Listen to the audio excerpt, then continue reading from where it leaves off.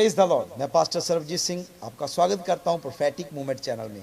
अजीजो, आज मैं परमेश्वर के वचन से आपसे बातचीत करना चाहता हूं इफिसियों 4 अध्याय उसकी 22, 23 और 24 में से।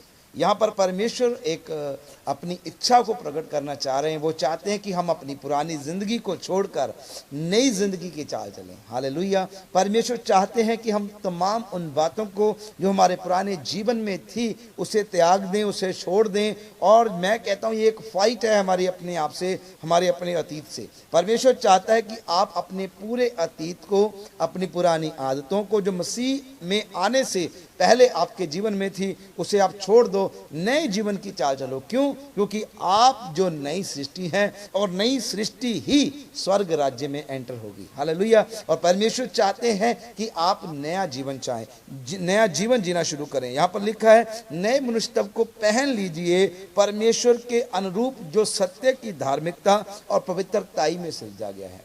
परमेश्वर का स्वरूप क्या है? वो सत्य की धार्मिकता है और पवित्रताई की वो मिसाल है। परमेश्वर जो है सत्य है और पवित्र है, और परमेश्वर चाहता है कि हम सत्य पे चलें और पवित्रताई में जीवन जिए। इसलिए परमेश्वर का वचन कहता है कि हम झूठ बोलना छोड़ें। पहली बात तो क्योंकि हर एक झूठ जो है वो शैतान की तरफ से आता है। अजीजो, मैं ये बात इसलिए आपसे करना चाहता हूं क्योंकि बहुत सारे मसीही लोग मैंने देखा है कि वो छोटी छोटी बातों पे झूठ बोलते हैं। परमेश्वर चाहते हैं कि हम उन बातों को छोड़ें, त्यागें।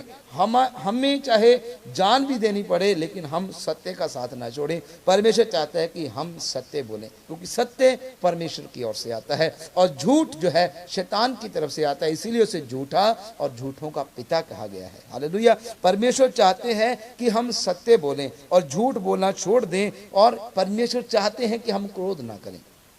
कई बार हम क्रोध करते हैं और पुराने जीवन की चाल चलना शुरू करते हैं। मसीह में आने के बाद भी हम क्रोधित रहते हैं और क्रोध में हम कई लोगों को माफ नहीं कर पाते। अजीजो, परमेश्वर चाहता है कि हम क्रोध तो करें लेकिन हम उसे पालें ना। शाम तक हमारा क्रोध ठंडा होना चाहिए। मतलब हमारे दिल में ऐसी कोई भी बात किसी के प्रति ना हो, ऐसा कोई भी क्रोध हमारा किसी के प्रति ना हो, या कह लो कि आशमा हमारे जीवन में नहीं होने चाहिए। परमेश्वर का वचन कहता है 32 आयत में, एक दूसरे पर कृपालु और करुणामयी जैसे परमेश्वर ने मसीह में तुम्हारे अपराध क्षमा किए, ऐसे ही तुम भी एक दूसरे के अपराधों को क्षमा करो। परमेश्वर चाहता है कि हम क्रोध ना करें। परमेश्वर चाहता है कि हम झूठ ना बोले। परमेश्वर चाहता है कि हम गाली ना दें। क्यों? क्योंकि ऐसा करने से हम शैतान को अवसर देते हैं। अजीजो, जब हम शैतान को अवसर देते हैं, जब हम झूठ बोलते हैं, तो शैतान के पास एक इन्विटेशन जाता है, एक मौका जाता है। शैतान